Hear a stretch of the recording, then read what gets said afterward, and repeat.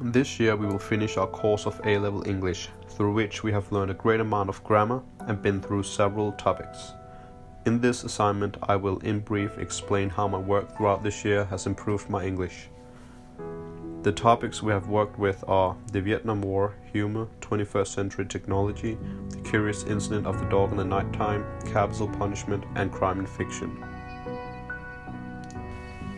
Through the course of the topic the Vietnam War, we learned about the history of the war and its cultural influence, such as it starting an anti-war movement, resulting in a PTSD epidemic and causing a high suicide rate amongst veterans.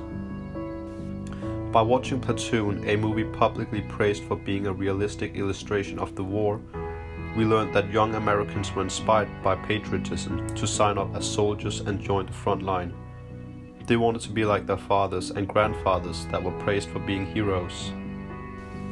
However, after having experienced the slaughter of their comrades, conflict within their own ranks, and abuse of the local civilians, many would return traumatized and scarred for life. Moreover, they would only return home to face ridicule and shame, because this war was the first war to be watched by the public's eye. As the American people got a glimpse of the horrors of war, they grew to despise it, and thus an anti-war mentality started rising, which would come to affect the surviving veterans negatively. This could, for example, be seen in Martin Luther King Jr.'s speech, A Time to Break the Silence, which we read in class. It was a long speech, but one of his main points was that he believed in democracy and that all races should be equal. According to him, the war unveiled a dark truth. Black Americans were fighting for democracy abroad when they did not even have it at home. At home, Black Americans continued to be sidelined. They were stuck in periphery, while their white counterparts felt growing prosperity. We also read a song by Arlo Guthrie, namely Alice Restaurant. The point of this song was to point out the government's misplaced priorities. Then we also read Michael Herr's Dispatches, an authentic recollection of how it felt to be on the front lines of Vietnam. In this text, Herr states that all the facades of patriotism, heroism, and the whole colossal fraud of American intervention fall away to the bare bones of fear, war, and death. Then I also recall us watching an interview with actual Vietnam veterans and talking about their experiences during and after the war, with focus on their mental health and PTSD. This knowledge of the war was acquired by reading/watching and understanding the material handed to us in class. Then came the topic of humor and comedy. We learned about the different theories of humor and humorous devices, and also about how the culture regarding humor differed between the UK and the USA. We read several comedic stories such as The Penis and analyzed what made them humorous. Then we read several accounts of what humor in Britain and America is like, and learned that the two countries had some clear differences when it came to taste in humor. Americans are, for example, very critical of humor regarding religion, race, and tragedies such as 9/11. On the other hand, Britain enjoys innuendos, absurdity, and the superiority theory. Another memorable thing from this topic was the theater play that we watched, called The Crazy Christmas Cabaret, and watching different comedic TV shows and analyzing what humorous devices they used. During the course about the 21st century technology topic, we learned about the advancements in technology and science in the 21st century. Our work looked at a wide array of technology ranging from computer engineering to gene editing. This topic was therefore the topic to primarily develop our vocabulary within science and technology. I specifically chose to focus my efforts on learning about CRISPR, a new gene editing technology. The main assignment during this topic was, much like now, a screencast video with a matching script. Next topic we worked with was the curious incident of the dog in the nighttime, which looked upon autism. This book also allowed us to develop our own interpretation of what having autism is like. Besides reading a book, we also watched a TV show with an autistic main character that was very similar to the protagonist in the book. Lastly, we compared the main characters to real-life people with autism, where I learned that most people have it far worse than represented in the texts. The topic about capital punishment taught us about the history of capital punishment and how it influenced culture and society.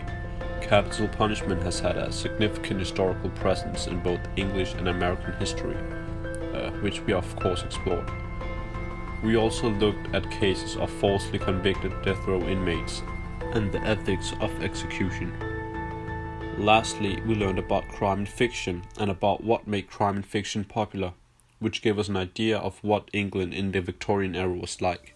After all, England in this era was riddled with crime.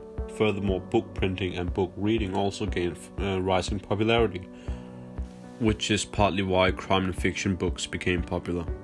I believe that reading the book A Study in Scarlet greatly expanded my vocabulary by introducing a lot of old or formal words. Despite these words such as temerity being considered too formal for everyday speech, they can make one's written text much more complex or less crude if used in moderation. This year we also learned a great deal about grammar, such as rules regarding nouns, verbs, adjectives, congruence, genitive, adverbs, pronouns, prepositions, and tricky words, also known as false friends. I want to highlight a grammatical rule that I believe is likely to come up in the written exam, specifically one that is likely to show up in the identify, explain, and correct the mistake part of the exam. The rule I want to mention is the no preliminary subject without a form of to be rule. More often than not, one would run into a sentence with this kind of error, doing the before mentioned kind of assignment. An example could be: there occurred an accident in town last night when a police car was chasing a criminal. In cases such as these, one should remove the preliminary subject and insert the actual subject. For example,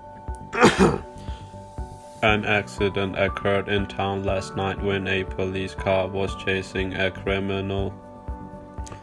In conclusion, I have improved my ability to read and understand English literature and better to analyze and interpret it. I have expanded my vocabulary, for example within science and technology, but also within other topics.